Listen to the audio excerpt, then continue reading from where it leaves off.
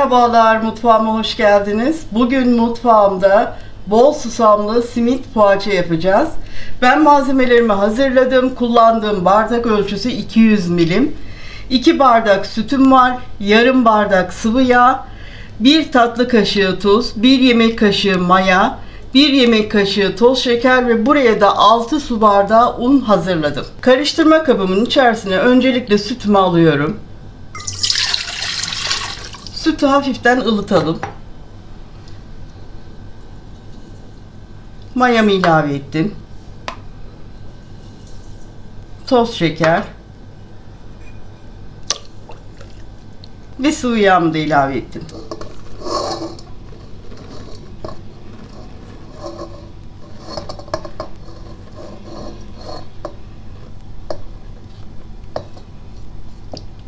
Unun bir kısmını koydum. Kontrollü ilave edeceğim. Ve tuzumu da ilave ettim.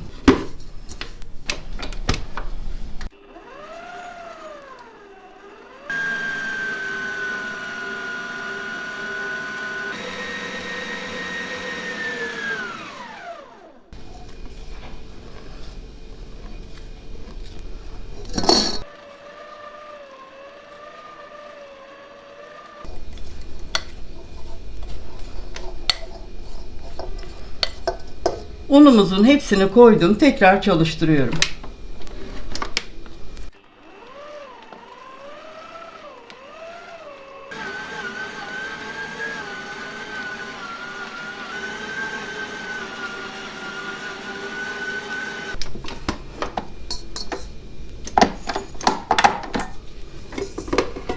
Evet arkadaşlar, hamurumuzun kıvamı böyle çok güzel oldu. Çok da güzel yoğruldu.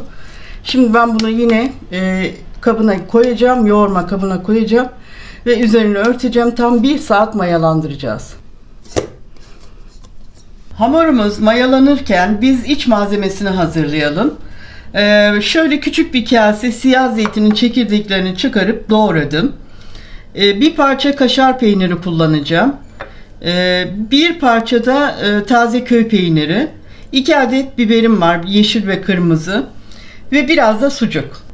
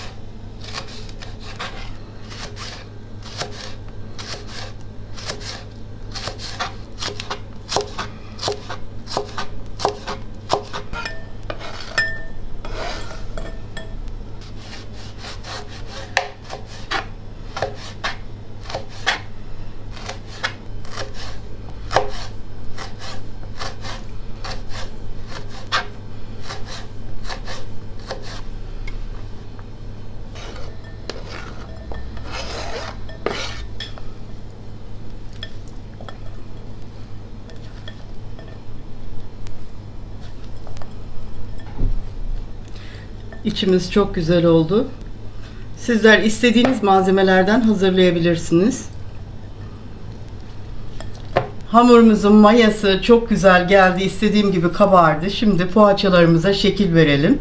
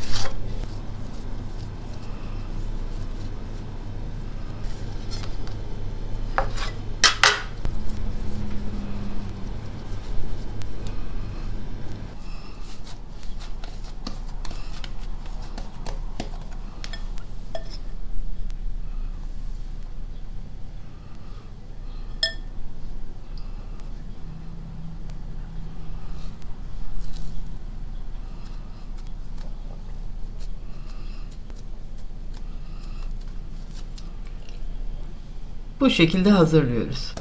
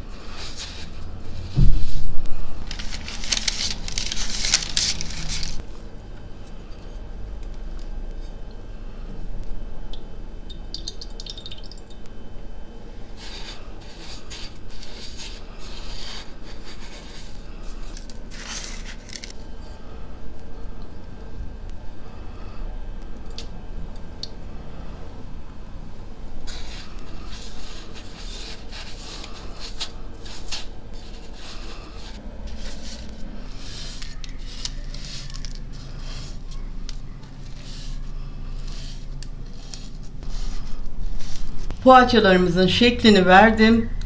Pekmezli suya batırıp susama bulayıp dizdim ve şeritler halinde bıçak kesiği attım. Şimdi 180 dereceye ısıttığım fırınıma gönderiyorum.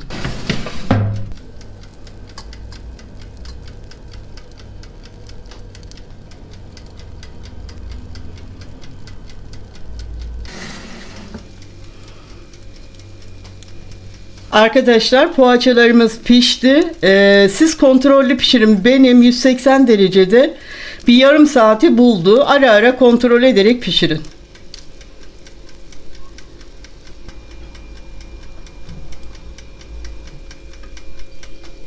Evet arkadaşlar poğaçalarımız pişti. Biraz da dinlendirdim. Şimdi sizlere iç dokusunu göstermek istiyorum. Şöyle altı.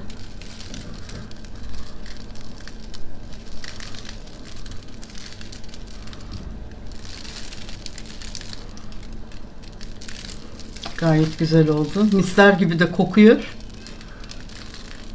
Şöyle. Bugün de tarifimizin sonuna geldik. Bir dahaki tarifte buluşmak üzere diyorum. Hoşça kalın.